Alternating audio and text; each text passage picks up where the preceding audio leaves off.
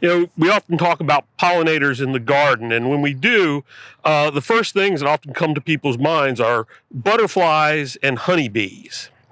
And we do have honey bees in the Arboretum. We work with the triangle beekeepers to help maintain them. And they are always active as long as the weather is going. Now, honeybees are not native to North America, but we still know that they're an important way to pollinate our crops and our flowers and things like this.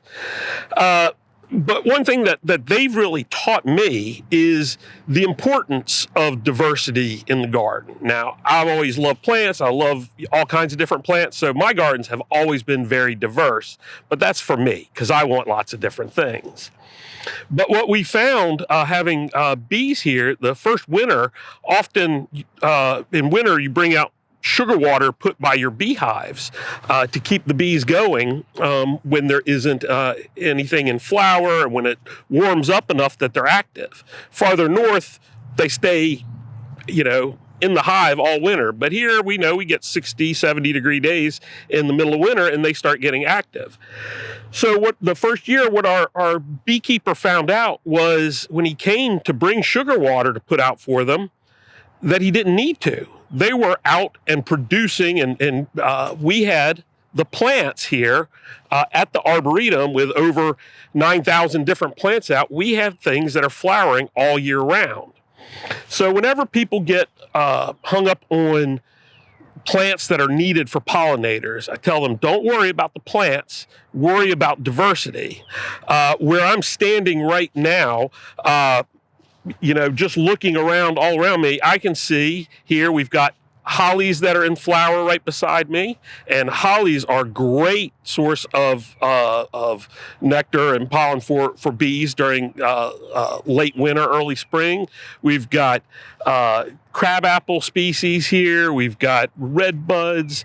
I can see viburnums in flower, just dozens of things that are in flower now all through the Arboretum. And I'm not sure if you can follow all these little guys, but they're zipping back and forth behind me, out and about to hitting all these flowers out in the Arboretum. We once had our honey examined, and they can tell the different types of pollen in there. And we were sent it to the lab to have that done, and it came back and said it was the most diverse honey they had ever seen. They had page after page after page of pollen that they found in the honey.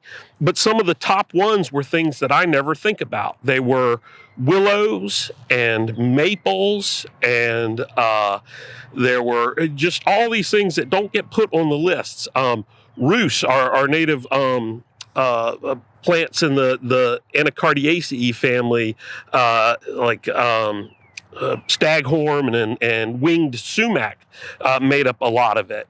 So those were things that were from the Arboretum in some cases, things that were outside the Arboretum in other cases, but much of what was on the list was not the things that you would normally say, oh, you should plant this if you've got beehives. You don't see many people saying plant maples or plant willows or plant staghorn sumac perhaps.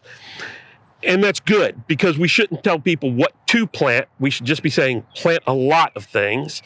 That'll satisfy the honeybees, but it'll also satisfy our native solitary pollinators, the little wasps and bees that live alone in our Airbnb, but also the beetles that pollinate plants, and the insects and the birds. There's just so much out there that it's always all about diversity, not about restricting the things we grow, but expanding all the different things.